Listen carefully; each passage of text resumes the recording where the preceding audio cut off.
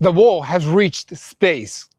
Israel destroyed Iran's military satellite center. I'm not joking. Israel's victory is also in space. Iran's plot failed. Dozens of satellites were saved thanks to Israel. We will bring you all the information that can be told about this story. And Donald Trump, he's planning to break the blockade on the Strait of Hormuz. US President Donald Trump is working to establish an international coalition to open the Strait of Hormuz, which Iran has blocked. And at the same time, a dramatic option is being considered, taking control of the Iranian oil terminal on Karag Island. The Israeli Mossad, in a message to the people of Iran, the final battle will begin soon. The Revolutionary Guards mocked the Americans in prime time. The Saudi crown prince, with a dramatic demand by bin Salman, is revealed, which is the head of the snake in Tehran must be cut off. Saudi Arabia's secret weapon is also revealed, the move that leaves Iran without any kind of answers. And right now, in 3 parallel arenas inside Iran, the IDF has launched another wave of strikes in Iran against the regime. Meanwhile, in Tehran, they are preparing for the next wave of protests against the Revolutionary Guards in Iran, with checkpoints in the streets, more restrictions on the internet.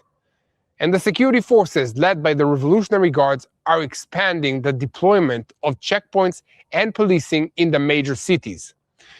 Fearing attacks by the IDF's suicide drones, with many checkpoints and positions that have been deployed in tunnels and under bridges.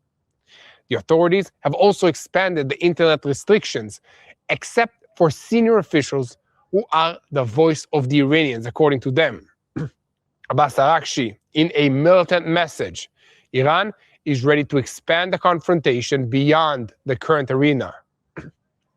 The Iranians are carrying out missile launchers in a slow trickle towards Israel in an attempt to disrupt the daily life in the Jewish state with missiles that's too bad that they do not know how resilient and strong we, the people of Israel, are. And meanwhile, in Lebanon, the terrorist organization Hezbollah is demanding that Lebanon break into the Ukrainian embassy, claiming that the Ukrainians are hiding a Mossad agent in their embassy inside Lebanon. I'm Yair Pinto, and with me is Mati Shoshani, and we are the boots on the ground that bring you all the truth about what's happening in Israel and all the reports on the war between Israel, Iran, and the United States of America. And this is day 17th of the war, which is called Lion's Roar or Epic Fury, depends where you are at. And this is day 17th of this war, and it's on its way with the struggle over the Strait of Hormuz that is becoming the central arena of confrontation between Iran, the United States, and Tehran, as it tries to leverage its control over the world's most important energy crossroads in order to pressure the global economy, deter the West, and ensure the survival of the Islamic Revolutionary Guards regime. The Israeli Air Force struck a military satellite center in Iran. This military satellite was used to develop anti-satellite attack capabilities. The IDF says that the facility posed a threat to the Israeli satellites and to the space assets of other countries. The Israeli Air Force launched a wave of strikes in several cities in Iran. While Iran is gambling on the global energy crisis in the Strait of Hormuz, Trump is going on the offensive. An ultimatum to NATO, a threat to seize Karag Island, and a strategic dilemma for China.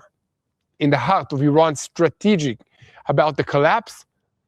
Meanwhile, today an unusual message appeared in Persian on the Mossad's X account, directed straight to the citizens of Iran and hinting at a new phase in the confrontation. Your final battle will begin very soon. We are with you. In the strike on Merhabad Airport, the plane of Supreme Leader Ayatollah Ali Khamenei was destroyed. The IDF announced that the aircraft was also used for military procurement and for ties with countries in the Iranian axis, and the strike is part of the efforts to damage the regime's capabilities for coordination and force buildup. Iran is carrying out launches of small number of ballistic missiles, which triggered alerts across wide areas of Israel. Iran is spitting in the face of the international law, and it's increasing its fire of cluster missiles, which are illegal according to the international law. These are rockets that turn into small missiles that are harder to intercept. The goal is to hit as many targets as possible without distinction.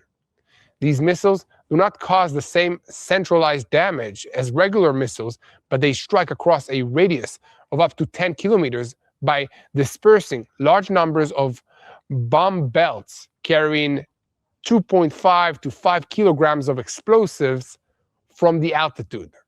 Some of them do not explode and remain like mines that can be triggered by innocent civilians on contact. As the target bank in Iran run out, or do they have more options to carry out attacks? So Operations Lion's Roar began with the elimination of the entire Iranian top leadership. But now, on day 17th of the war, the IDF published an announcement about the destruction of Khamenei's plane and added damage to Iran's space capabilities as well.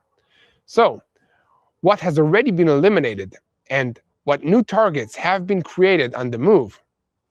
We will soon bring you all the details. And Saudi Crown Prince Mohammed bin Salman encouraged Trump to continue striking Iran, while the American president is considering dramatic moves, taking control of the Karag Island, Iran's oil island, or carrying out a special operation to obtain the enriched uranium stockpile that is located somewhere inside the Islamic Republic. Iran is trying to prevent the Gulf states from exporting oil to Saudi Arabia, but Saudi Arabia, whose wealth came mainly from oil reserves, found a brilliant solution for disrupting Iran and bypassing its threats. We will soon bring you all the details on Saudi Arabia's quiet weapon that neutralizes Iran. Senior officials in Israel against Europe's weakness towards Iran. France and Britain floor rags. This is according to the Israeli officials. And senior officials in Jerusalem are furious at the countries of the continent which refuse to enlist in defending the shipping routes in the Strait of Hormuz and, according to them, are also not helping the Gulf states and are barely contributing to the war effort of the United States and Israel. The Netherlands, Belgium, Greece. This is the organization operating against Jews in Europe. After a week of attacks against Jewish targets in Europe, the Ministry of Diaspora Affairs gave details about the organization Ashab el-Yamin el-Ismailia, which is suspected of being behind these attacks and attempted attacks against Jews in Europe. Using lone attackers, the organization allegedly sent operatives to set fire to a synagogue in Rotterdam and also attack a Jewish site in Greece. Minister Avichai Shikli said that the Iranian Axis is trying to expand the arena of action. After the CIA discovered he was impotent, American intelligence revealed to Trump that Iran's new leader is actually living a double life. American intelligence officials presented Trump with information according to which Iran's new supreme leader, the head of the Islamic religious apparatus of the Revolutionary Guards, Mustafa Khamenei, may be homosexual and is living a double life. Meanwhile, in Lebanon, a Hezbollah member of the parliament is accusing the Ukrainian embassy in Beirut of hiding a Mossad agent who is wanted in Lebanon. The affair is causing a severe political and diplomatic storm and also involves claims of American involvement. And at the same time as the Israeli Air Force strikes, IDF forces have launched a ground operation in southern Lebanon, and we will bring you all the details about the extreme step taken by the president of Lebanon against Hezbollah. He publicly declared that they must be put on trial. The tension in the Middle East is rising minute by minute, so let's dive into the details. I'm Yair Pinto, with me is Mati Shoshani, and we are the boots on the ground that bring you all the information about what's happening here in Israel. And this is day 17 of the war against the Revolutionary Guards in Iran, which is the head of the crumbling axis of evil in the Middle East. And a second before we begin, I want to call on you to keep spreading the truth. Share our content with as many people as possible. Click on the subscribe button. And most importantly, do not forget to look for me, Yair Pinto, and for Mati Shoshani on social media in order to get our point of view on what it's like to live in Israel under this war. So, Mati Shoshani, are you with us today? Can you hear me? I am alive, well, and present, Yael. That's good. As with That's you as I very could good. possibly be. Yes. So How are that's you, Yael? 20%. 20%, I understand. I'm doing good. I'm doing good, Mati. So the center of the fighting right now is the Strait of Hormuz. It is clear to everybody why, but it seems that despite the declarations and the threats, Iran is not really managing to close it up. Why is that? Why is that? No, they're not. Iran isn't succeeding really at doing anything. We did an explainer that will air later this weekend, I believe, that really that breaks through everything what Iran has been trying to do. And I want to say this on a macro level. Israel and the United States, really CENTCOM, Central Command in the U.S. Armed Forces, did an amazing job of systematically understanding how the Iranian, let's call it armies work, both the organized army and also the IRGC, let's call it the terrorist army, which is how I would define them, really understanding how they operate, how it is that they use their munitions, where they store them, what the different moving pieces are in those systems, be they rocket launchers, be they ballistic missile launchers, be they terrorist attacks and speedboats against ships, really understanding the fundamental pieces of how this works, including, and this is related to your question, the boats that were supposed to lay the naval mines in the Straits of Hormuz. And essentially, the reason Iran hasn't been able to fully stop movement through the Straits of Hormuz is because every tactic that they were planning to use was thwarted in advance by the US or by Israel or by both of them. And the list is unbelievably long. We're talking about their drone warfare. Just today, you and I were talking about this in the earlier live broadcast today. The US has deployed new technology that knocks out their drones from the sky. Talk about their Leonidas, aircraft. right? Israel, That's that named Leonidas. yeah. That's Exactly. cool I think stuff. we have to probably go in depth into how the system actually operates. Amazing technology that just knocks them out of the sky, frying their electronic systems as they're flying towards a target. That's one. Secondly, Wow. targeted attacks against the different vessels, the boats that were supposed to lay the naval mines in the Straits of Hormuz. Again, Straits of Hormuz are 20 miles wide at their narrowest point. It doesn't take much to really stop the travel of the ships in that area. And the United States and Israel knocked out all the components of that system.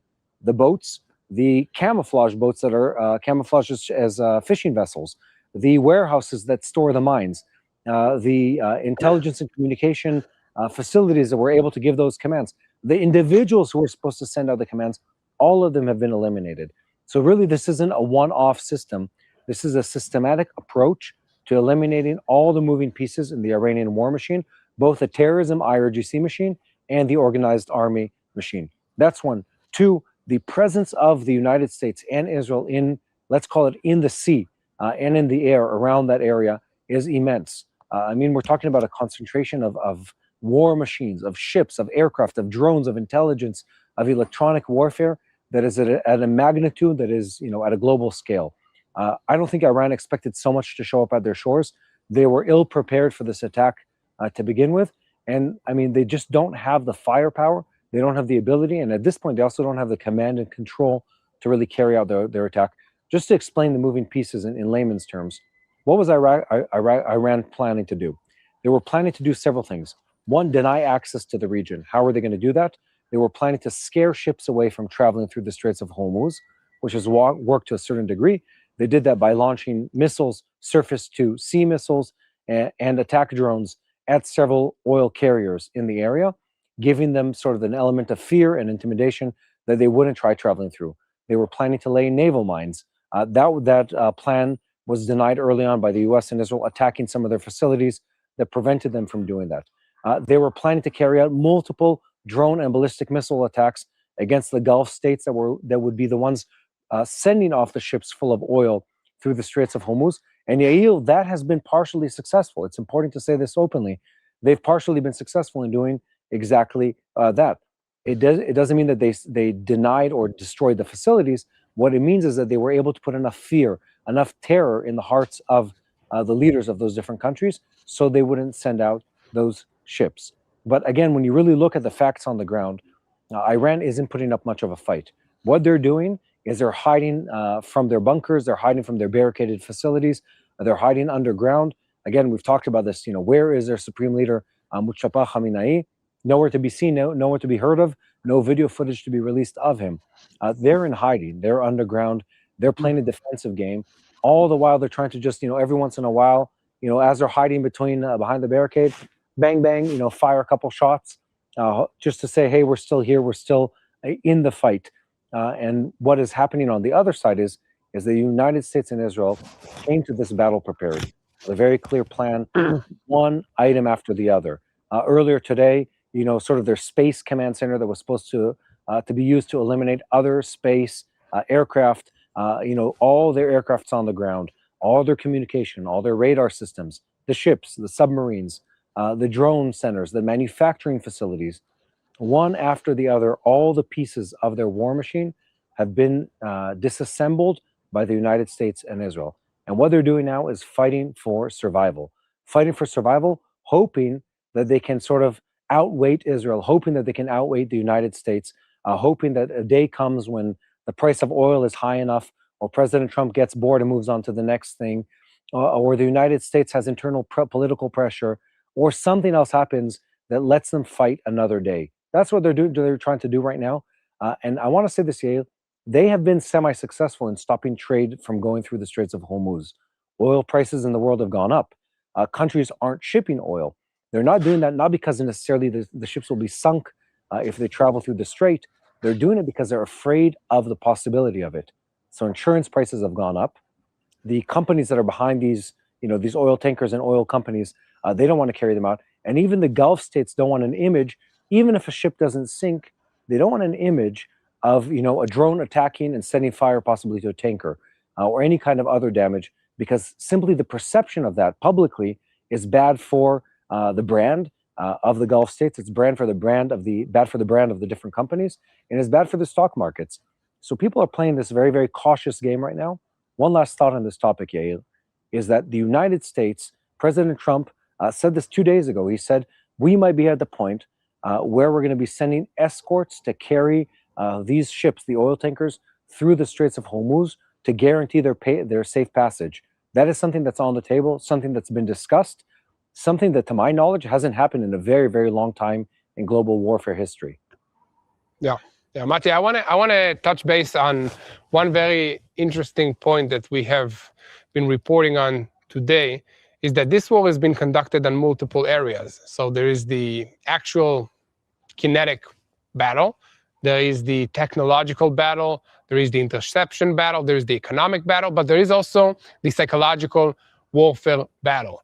And we do not hear anything from Mustafa Khamenei, the supreme leader of Iran, but we do hear a lot of information and reports coming about him from the CIA and from agencies in the United States of America. Why is that happening now? What's that supposed to achieve? I'm sorry for laughing, Yael. We were talking before we went on air about some of these rumors that are being spread. And at this point, I just want to introduce people to the concept of counterintelligence. Sometimes when you're fighting against an adversary, you don't necessarily have to say something that you know is true. You have to say something that puts him on the defense.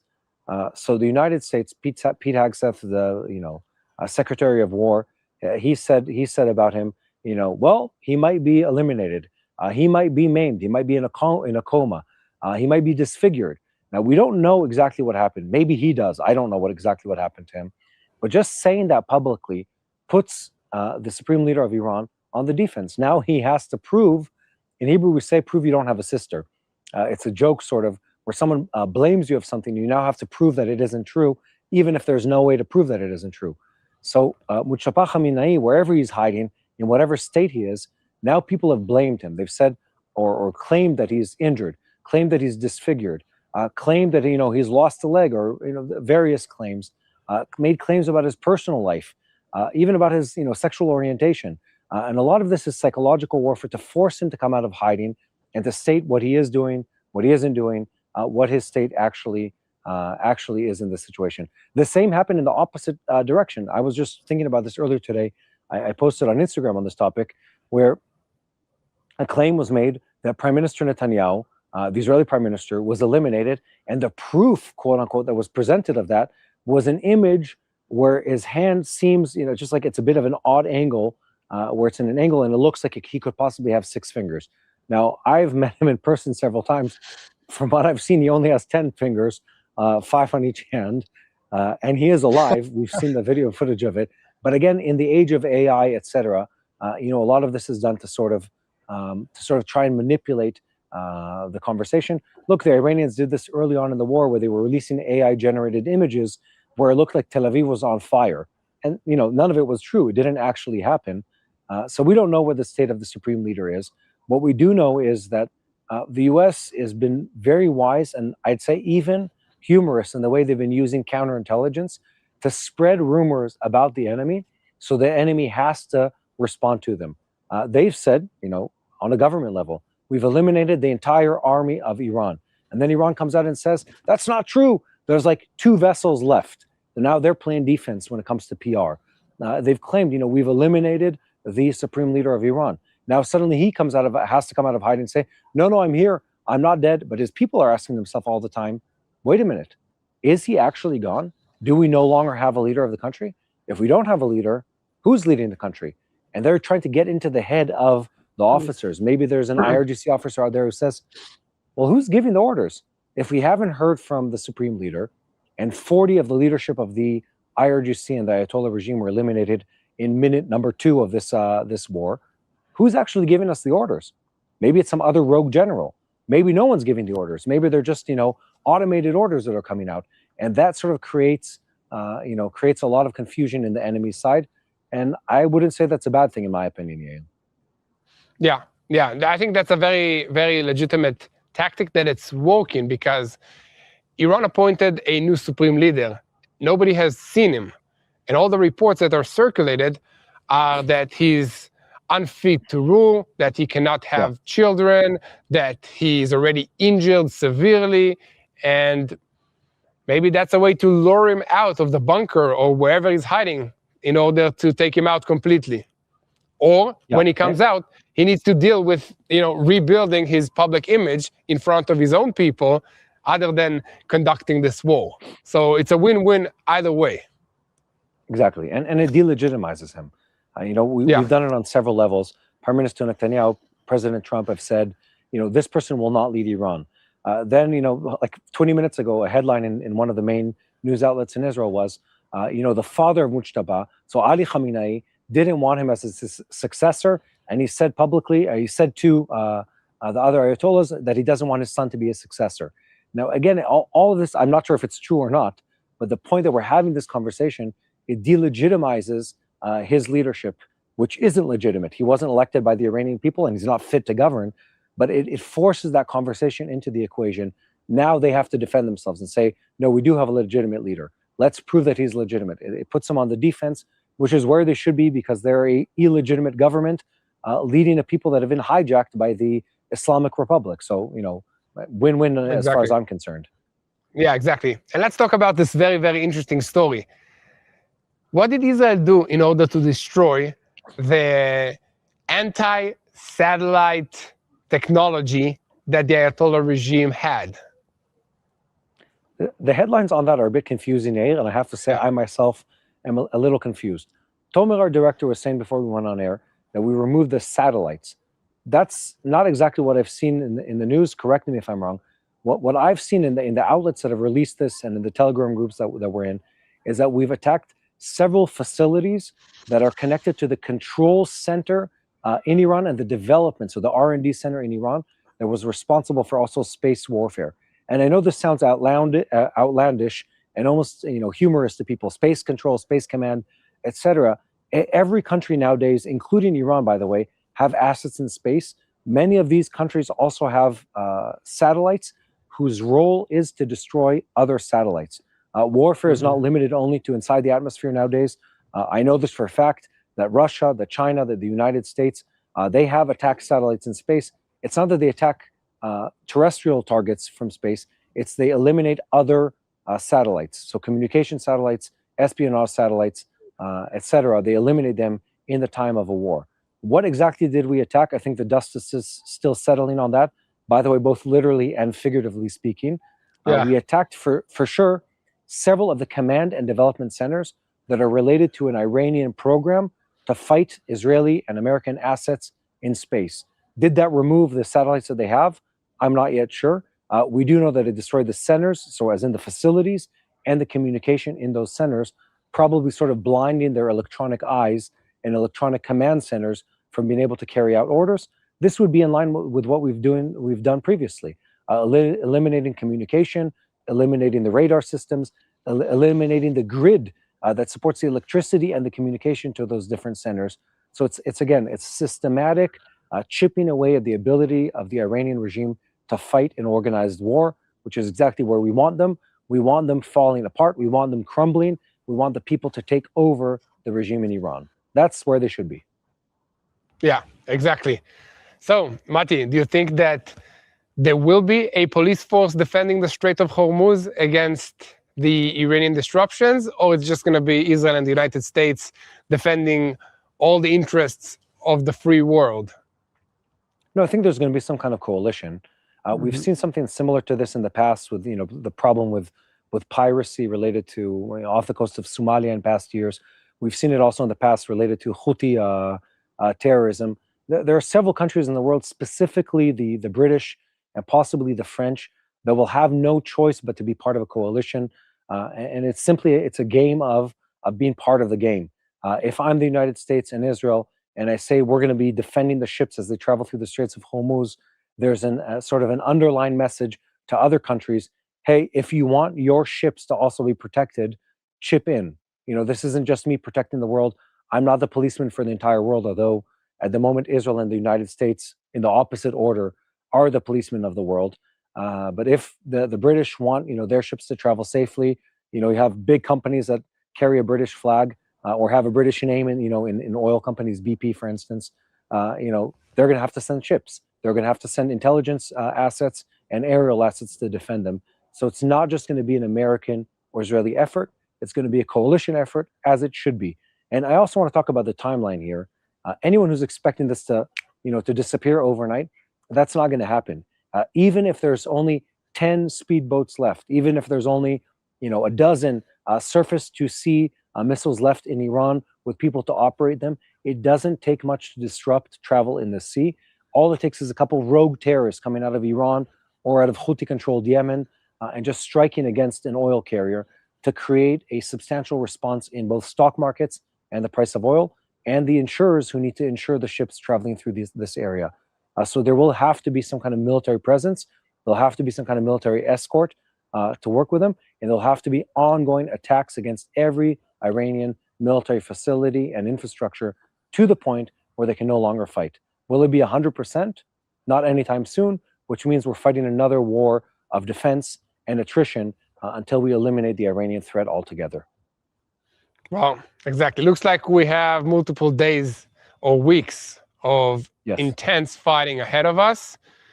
And I think the best thing we can do for now is to pray for the Iranian people, pray for all the allied forces and their families that are worried for their safety back at home, and pray for wisdom to our leaders. This is, I think, the major issues that we can pray for. So thank you so much, Mati. I want to say one more thing, Yael, is if people are watching this at home, there's a time where you can take pride in what your country has done, and there's times when you need to be ashamed of what your country has done. Now is the time for the people of the United States to take pride in what their government has done. President Trump repeatedly in his government, especially in this term, has gone after the evil of our time and has done so at great expense, both financially and in resources. And he's fighting the just fight, fighting the right fight, fighting a fight that needs to be fought. Many others have shied away from this fight, even in recent weeks. The French, the Italians, they're having back-channel deals with the Iranians to try to pay their way out of their ships being attacked. Shame on their governments, shame on their people for allowing that to happen. The people of the United States, and of course the people of Israel, can go to sleep tonight being proud of their governments who don't shy away from a fight against the biggest bully of our lifetime. And that's something they need to be proud of, and they need to pray for their leadership. We need to pray for our leadership to continue fighting this just fight. Well, thank you very much, Mati. Hope you have a great evening, and we'll see you again tomorrow. Thank you, Yael.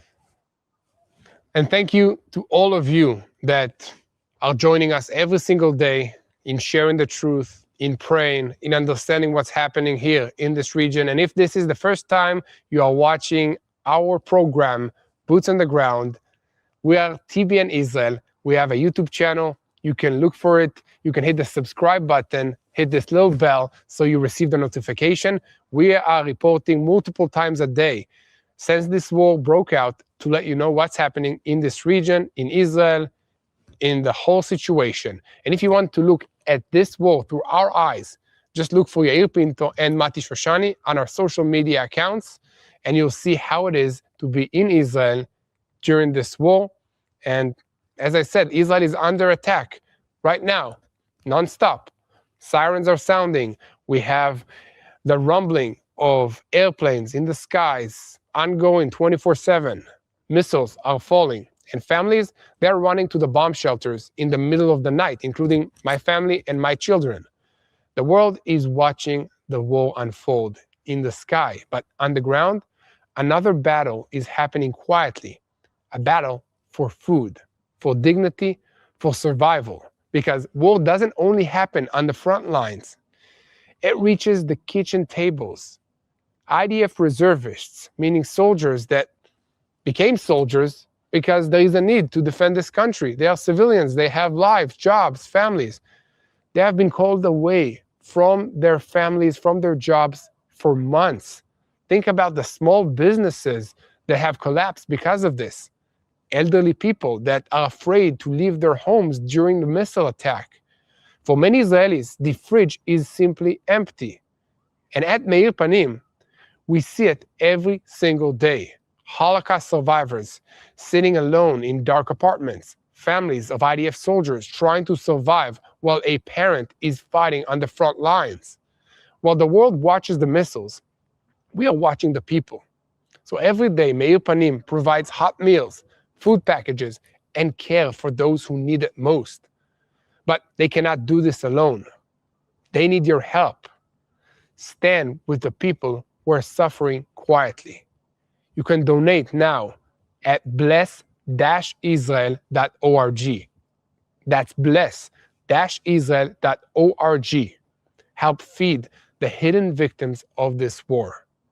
Again, this is bless-israel.org. You can donate now, and you can stand with the people of Israel today. According to the assessments that are operating in the materials, we have a cleaner and more updated version for what's happening here in Iran, because explosions were heard almost simultaneously all around Tehran, all around Shiraz, and also in Tabriz, because the Air Force launched another wave of strikes inside Iran.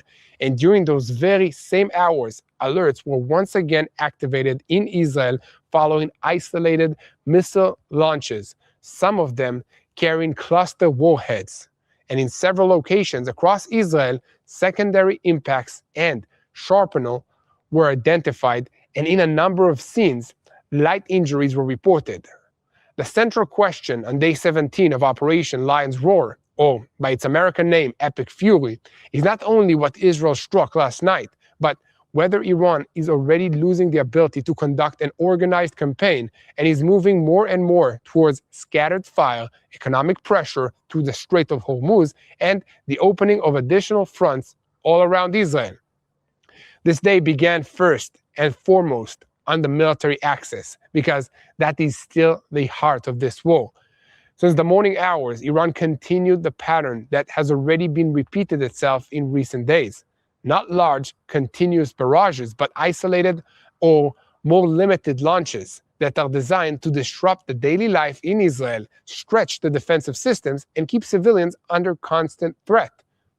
Sounds like terrorism to me. But within that pattern, there is an important change. The Iranians are increasing their use of missiles with cluster warheads, fragmentation missiles. These are not necessarily missiles that create one heavy pinpointed strike like a regular warhead, but they are meant to hit a wide area, create as many impact points as possible, and scatter small munitions indiscriminately. When the missile opens at an altitude of between 7 and 10 kilometers, it disperses a large number of small bombs, each weighing between 2.5 and also 5 kilograms of explosive materials. Some of these munitions explode on impact with the ground or a structure, and some do not explode at all and remain in the area like a contact-activated mine. That is why the threat here is not only during the impact itself, but also in the minutes and the hours afterwards.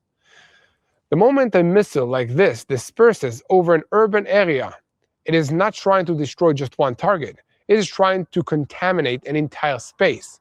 And that is exactly what was seen today. The missile launch towards Israel led to impacts in several locations in central Israel, and in also a number of scenes, light injuries were reported. This is a pattern of action aimed at the civilian population, not at one military target. That is why cluster missiles are considered so problematic. They spread the damage, spread fear, and force emergency crews to deal with several scenes at the same time. In Iran, they understand very well that their ability to launch in large volumes has eroded, and so they are trying to compensate by increasing the threat radius of every single missile. Since the beginning of the war, more than 300 missiles of various types have been launched at Israel. A significant portion of them carried cluster warheads. Over the past week, it was already been revealed that about half of the launches included such warheads, and since then, it appears that Iran has focused increasing efforts on this. 3 types of Iranian ballistic missiles are capable of carrying these cluster warheads, including the Garad and the Khormeshkhar. Some of those warheads carry dozens of small munitions. In terms of an effect, the damage is not always equivalent to one heavy missile, but in terms of dispersing the danger to the public, it is extremely severe. In Israel, the reason for this shift has been identified. Iran's ballistic missile arsenal has suffered a heavy blow. Hundreds of missiles were destroyed, more than 300 launchers were put out of action, and about 70% of Iran's ballistic missile capability was damaged. That is why today's fire looked like a trickle. This is not a pattern of a force that is expanding. It is a pattern of a force that is being worn down, has lost depth, and is still trying to remain in the picture. Instead of large barrages, it sends less. Instead of striking with intensity, it tries to strike across a wider area. Instead of seeking a decisive outcome, it looks for disruption. And while Israel's home front once again went on alert, the Air Force launched another wave of strikes inside Iran. Not in one city and not in one arena. The strikes are directed simultaneously at Tehran, Shiraz, and Tabriz. And this is a very important detail because it shows that the Israeli campaign at this stage is being conducted all across several areas at the same time. This is no longer just a response to a launch. It is a sustained effort to keep Iran under continuous pressure, not allow it to reorganize, and not let it restabilize its governing systems, reconstruction efforts, and military buildup. One of the most prominent targets today was the Iranian center used for developing anti-satellite attack capabilities. This is one of the biggest stories of the day because it shows that the war is no longer limited to the land, to the sea, and to the air. It has reached out of space as well.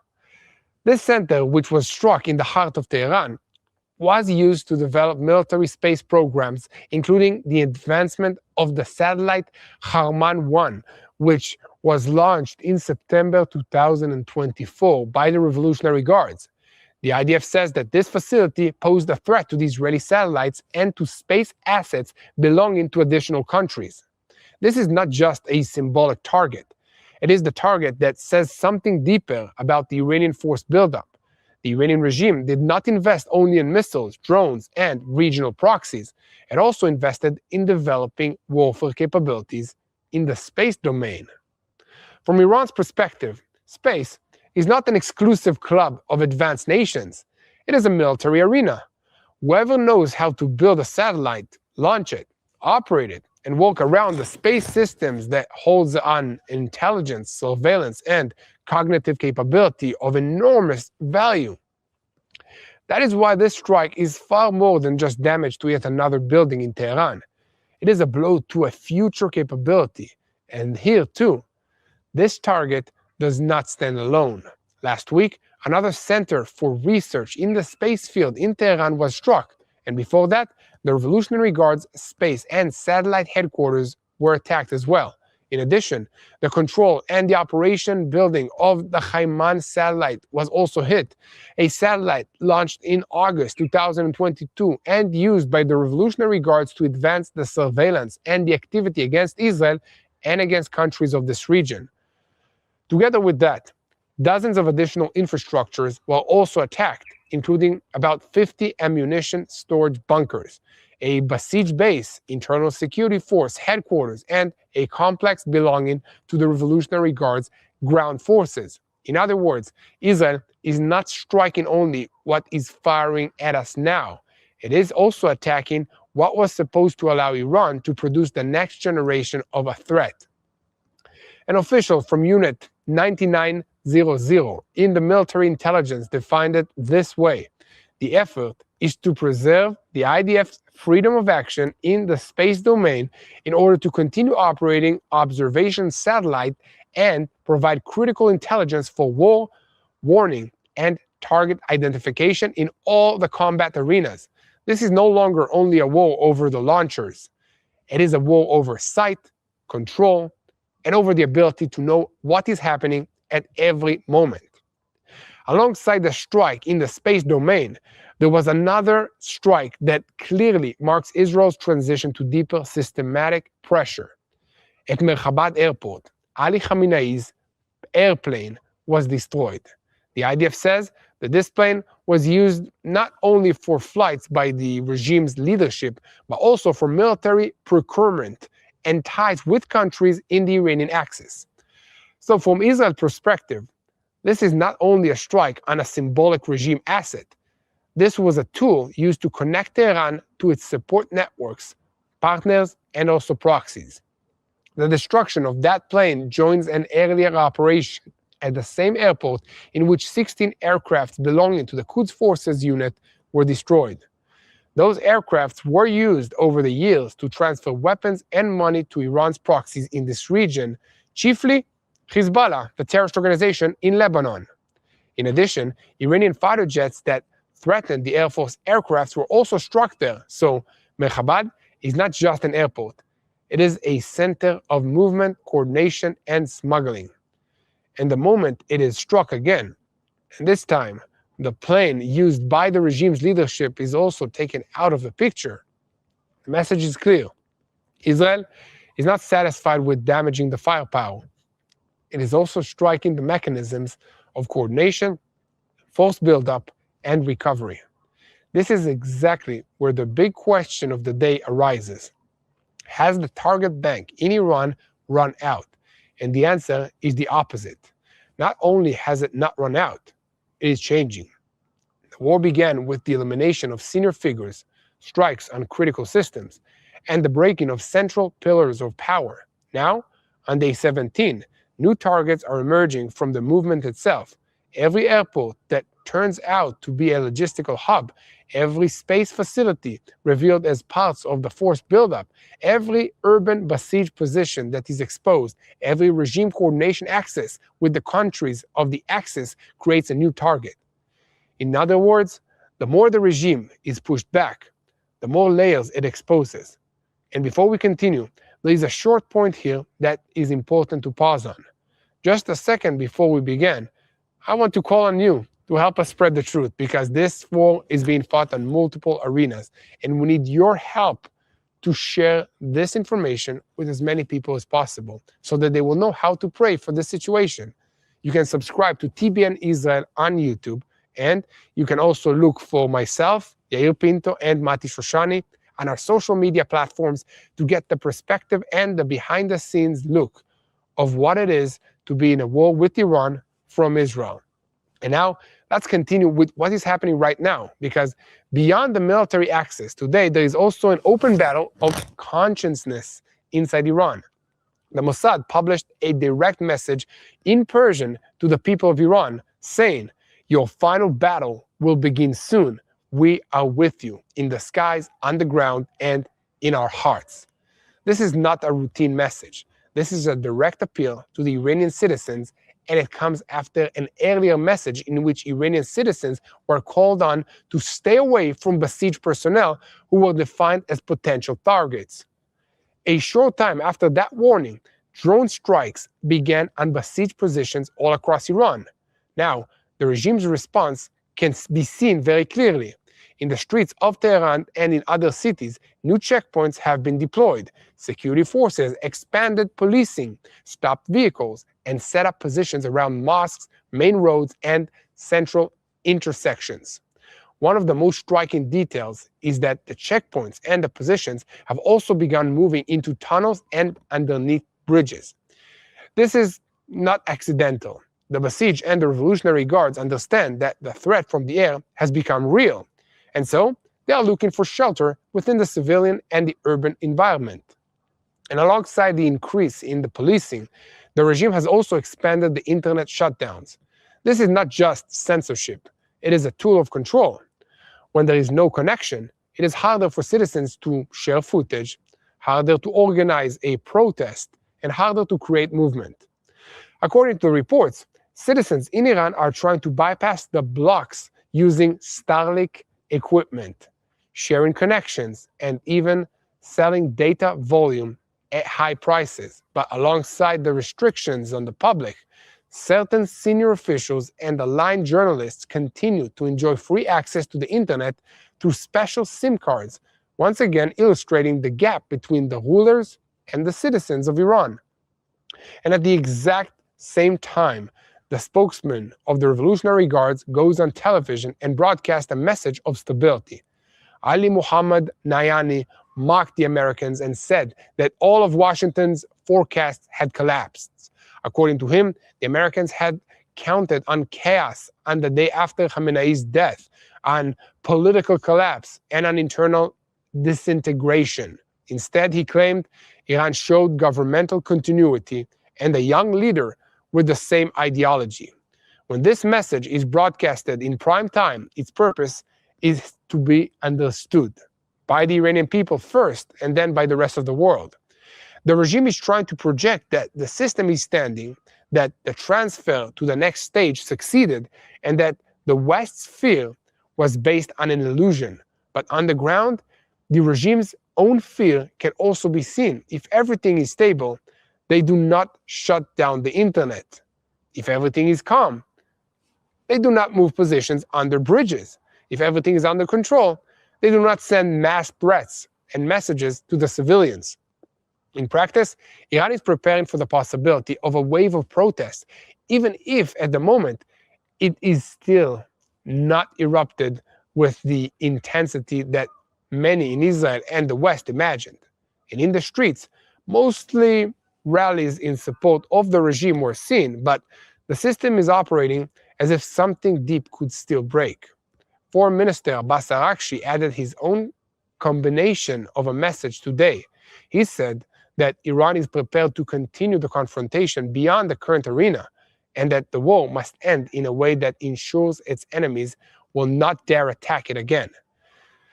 This is a statement that it is important to hear carefully, because it says two things. First, Tehran is not currently presenting a line of calm, and second, it is explicitly signaling the possibility of expanding the war through regional proxies and additional arenas.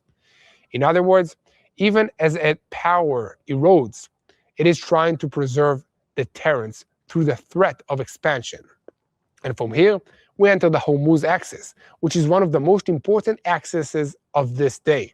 Iran is trying to use the Strait of Hormuz as a central pressure point on the world, not only on Israel and not only on the United States, but on the entire energy market. It is the major bottleneck of global maritime energy. An enormous share of maritime oil trade passes through this strait, and therefore, from Iran's perspective, any disruption there can become leverage for the economies, for the governments, and for the international public opinion. But this is exactly where Trump is trying to break the game. The White House is working to establish an international coalition to open the Strait of Hormuz to commercial shippings. Trump is pressing NATO countries, Asian countries, oil importing countries, and even China to join the move. According to the reports, he's already holding talks with 7 countries and hopes to announce a Hormuz coalition very soon. He made it clear that the United States does not intend to continue protecting the energy routes alone while other countries benefit from them. And he called on those countries to send ships, command and control systems, drones, and additional assets. So, the American thinking here is very clear. Iran is building on an energy crisis, but it is not truly capable of physically blocking the strait for a long enough time with a regular navy. It can harass, threaten, carry out pinpointed attacks, and apply pressure through maritime insurance, explosive boats, precision missiles, and drones. So its real sting is not a total closure, but the creation of a global sense of risk. The moment tankers stop passing, energy prices raise up, the Gulf states choke, and the West begins to panic. From the American perspective, the moment traffic is restored, a large part of the Iranian leverage collapses, and within this, the next major threat also rises, Karag Island. This is Iran's main oil terminal, and it handles about 90 to 95% of the country's crude oil exports. Trump is considering the possibility of taking control of it. If that happens, it will be a dramatic economic blow to the regime, but it is also an option that risks further escalation because it will require a military presence, protection of American forces, and confrontation with the Iranian missiles, boats, and sabotage. At the same time, Trump is also considering another option, a special operation to obtain the stockpile of the enriched uranium that remains in Iran. According to the information in the materials, about 970 pounds of uranium enriched to nearly military level is still stored in underground facilities in the Isfahan area. The material is held in a gas form inside relatively small containers, which means it is transferable, but access to it is highly complex. Some of the tunnels have collapsed, entry is limited, and if one of the containers is damaged, the damage and the danger could be not only militarily, but also toxic and radioactive. Therefore, the 2 options now on the table are 2 choke points, oil or nuclear materials. And this is also where bin Salman of Saudi Arabia enters the picture. According to the reports, the Saudi crown prince is pushing Trump to continue hitting Iran and not stop down. He's essentially repeating the old line of cut off the head of the snake. From his perspective, stopping early could leave the regime in Tehran with recovery capabilities, a regional threat, and accumulated experience. Therefore, from Riyadh's point of view, the pressure must continue on Iran. But Saudi Arabia is not only talking, it is also acting. What was referred to today as its quiet weapon is the East-West pipeline, or petrol line. It is about 1,200 kilometers long, and it connects the oil fields in eastern Saudi Arabia to the port of Yanbu on the Red Sea. Its capacity stands at about 5 million barrels per day. The meaning is simple. Saudi Arabia can bypass Hormuz. Aramco is already diverting parts of its shippings to Yanbu, adapting its transportation systems and trying to ensure continuous supply to customers, even while the Strait of Hormuz is under threats. This is a quiet strategic weapon because it does not fire, it does not bomb, it does not declare war, but it denies Iran one of its main objectives, choking the entire Gulf together with it. On the other side, Iran is trying to frighten Europe and the markets. Iranian President Masoud Pezeshkian told Macron of France that any strike on oil infrastructure on Karag Island would create a dangerous and unprecedented equation for the global energy prices. He also claimed that the recent American strikes were launched from the territory of the Gulf states. Macron, for his part, called on Iran to stop its attacks on the countries of the region and its proxies, and the United Arab Emirates sharply rejected the Iranian accusations. So, even in the diplomatic dimension, Iran can now be seen trying to split the camp standing against it and to place responsibility on additional countries in this region. And within this broader arena, Europe also appears as a secondary target in the campaign. The Ministry of Diaspora Affairs reveals details today about an organization called Ashab el-Yamin el-Ismaia, which is suspected of being behind attacks against Jewish targets in the Netherlands, Belgium, and Greece. Between March 9 and 14th of March, a synagogue in Rotterdam, a synagogue in Ligier, a Jewish site in Greece, and a Jewish school in Amsterdam were attacked. According to the report, this was coordinated between a propaganda war, intimidation, and also dispatching of lone attackers or local cells that are inspired and guided by pro-Iranian networks.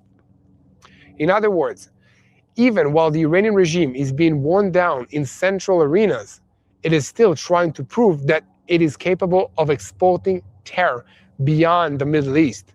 And at the end of this day, Lebanon also moves up a level. On the one hand, a Hezbollah member of parliament is accusing the Ukrainian embassy in Beirut of hiding a Mossad agent. This is a move that creates a political and diplomatic storm and tries to open another regional pressure point. On the other hand, and with far greater importance, IDF forces launched a focused ground operation in southern Lebanon. The 91st Division forces are operating at key targets as part of the efforts to establish forward defenses. Before the ground forces entered, the IDF struck many targets using artillery and air forces in order to remove threats and enable the maneuver. According to the data provided since the beginning of this campaign, the 91st Division and the Air Force have led to the elimination of more than 230 terrorists and the striking of more than 200 Hezbollah terror targets and also infrastructures. Now that effort is moving up a level with a gradual ground operation that is intended to expand the security zone for the northern countries and northern communities of Israel. And at the same time, strikes deep inside Lebanon are also continuing. Radwan forces and headquarters in the heart of Beirut were destroyed. Fighters from the 91st Division encountered terrorists in the Lebanese soil, eliminated them, and destroyed the weapons. Brigadier General Efi Dafrid said that Hezbollah is part of the Quds forces and operates in order to protect the Iranian regime and the Revolutionary Guards. Therefore, from Israel's point of view, the Lebanese front is not a separate arena. It is an inseparable part of the campaign against Iran itself. And when at the same time the president of Lebanon comes out against Hezbollah and makes clear that it should be put on trial, it becomes clear that even inside Lebanon itself, the pressure is changing, not only militarily, but also politically as well. That does not mean Hezbollah has been defeated, but it does mean that the organization is feeling growing pressure from the air, from the ground, and from within. This was day 17 of the operation, a day in which Israel struck missile systems, regime infrastructure, coordination axes, and a space domain. A day in which Iran tries to keep firing, but did so on a more limited scale and with growing dependencies on cluster missiles. A day in which the Iranian street was blocked, the internet was restricted, and the Mossad spoke directly to the Iranian people. A day in which Donald Trump tightened pressure around Hormuz. Bin Salman pushed to continue. Saudi Arabia activated its alternative oil route, and Lebanon once again became an active and noisy part of this campaign. Day 17 shows that the question is no longer only how much Iran can still fire, but how long it can keep together the missiles, the street, Hormuz, and its proxies all around it.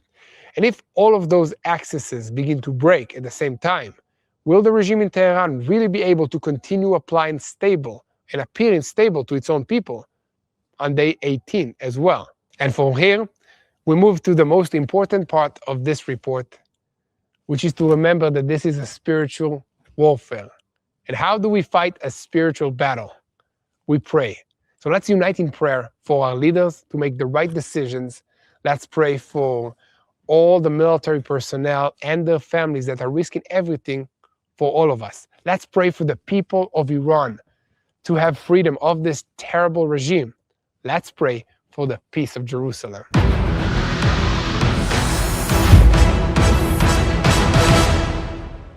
Hello, this is Mati here in Jerusalem with TBN Israel. This is Yair Pinto from TBN Israel here in Jerusalem. TBN Israel is keeping viewers informed with Israel-focused news, culture, and what God is doing in this land. Support TBN Israel today online at tbn.org/Israel. Thank you.